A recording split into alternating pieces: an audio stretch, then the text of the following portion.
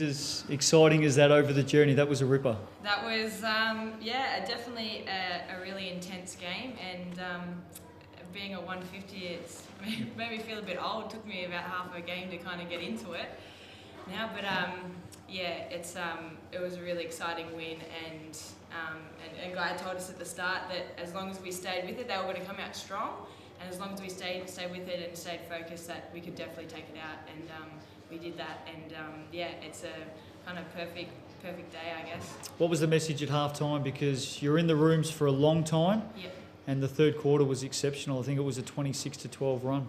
Yeah, we just had to have a focus on defence as well. They were getting a lot of little looks inside. The important, she just got after the boards. We weren't getting a body on them, so we had to kind of pick up our defence. With that, our offense came a little bit easier and took that pressure off in terms of scoreboard, and then we got into the flow of things, and that was our main focus, to get that and stay with it, get after it. And Guy, was it one of those halftime messages that you can bottle for the future? You may need to pull it out again at some stage. The third quarter was fantastic and certainly got the team rolling.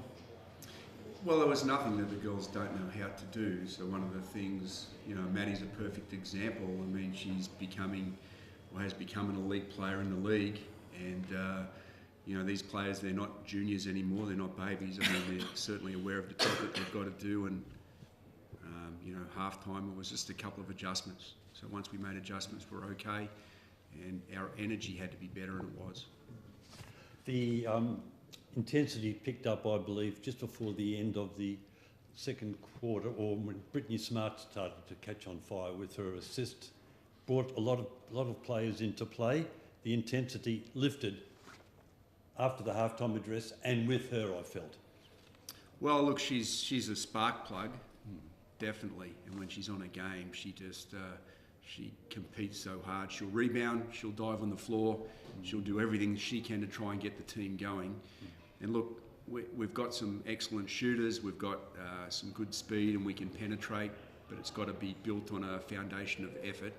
And once her and Beck and the other guys started going with that, then we got a real momentum lift. It seemed to be the tools sort of weren't in it until the last half of the last quarter, rebounding by Alex when it was needed. Well, I mean, that's credit to Bendigo. I mean, they've put together a very formidable team, and they're big and they're strong. And so we were at our wits' end in the first quarter and most of the second quarter as well, just trying to figure out how we keep the ball out of the middle and how we keep them off the glass.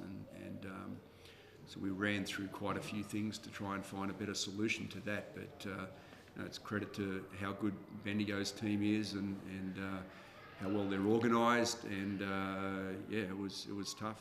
Guy, you must have been impressed with your team's ability to really hang in the game in that second quarter.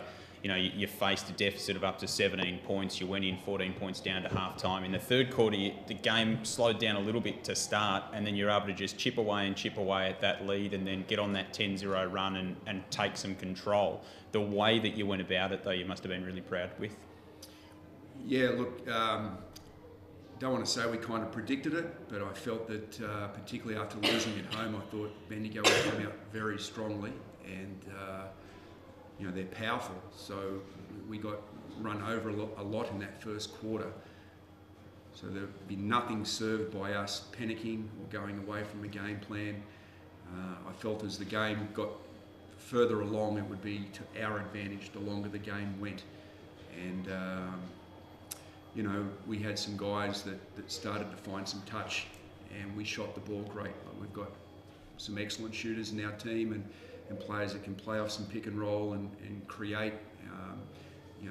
We're a guard-heavy team, so once those guards were able to get some ascendancy in the game, kind of shifted back our way. Your defence probably led that, but offensively, Alice started to find her touch. Obviously, Maddie came up big toward the end there. Beck Cole made a couple of really tough buckets, and you're able to take advantage of those opportunities at the free throw. Your defence probably got you some stops and kept you in it, but on offence, you're able to execute when it counted.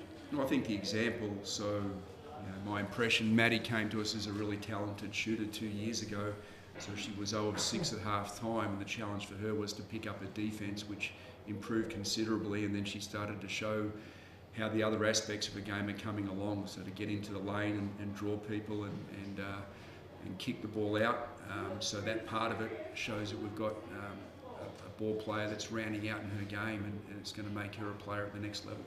Maddie, I guess your performance was impressive, but as a team, to get a win like this when you're faced with a deficit, to come back and really have to grind the game out toward the end, there's a lot of talk about sort of character building wins in sports. Does this have the potential to be one of those for this group?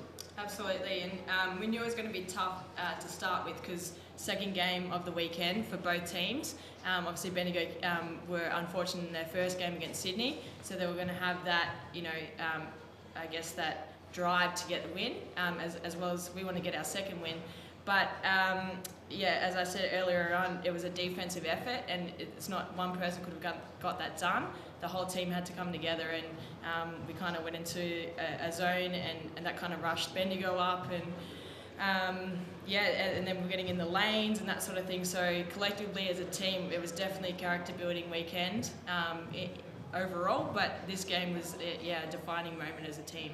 You had some good times playing with Bendigo. You seemed to play well against them as well. You had a really good game last season. You come out here today and put on a performance. Is it just coincidental, or do you enjoy the challenge of going up against a team that you formerly played with? Yeah, I enjoyed the challenge, and it's one of those things that I'm played with a lot of them. So individually, I kind of know how they play. Being 3 years at Bendigo, you'd hope that you learn how each other plays. But it's just you have that kind of extra inspiration to kind of go out there and give it a good red hot crack. Luckily so far it's paid off each time. So going to just keep on continuing to do that.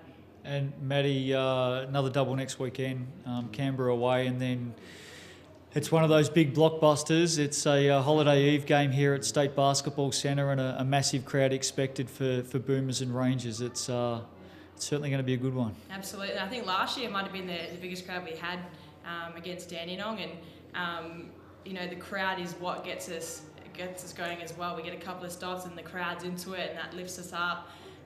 So we're hoping to get as many people as we can here, like we do every week. But it's definitely, we're going to need that support because we've had doubleheader this weekend, doubleheader next weekend. We just need that little bit of extra energy. It can really help us, and we love the support and everything. So hopefully we can get a big crowd.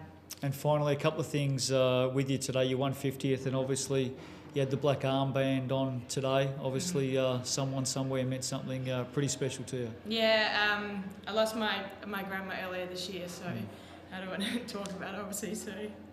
Well, you played really well today, and you did her proud. Well done. Good on you.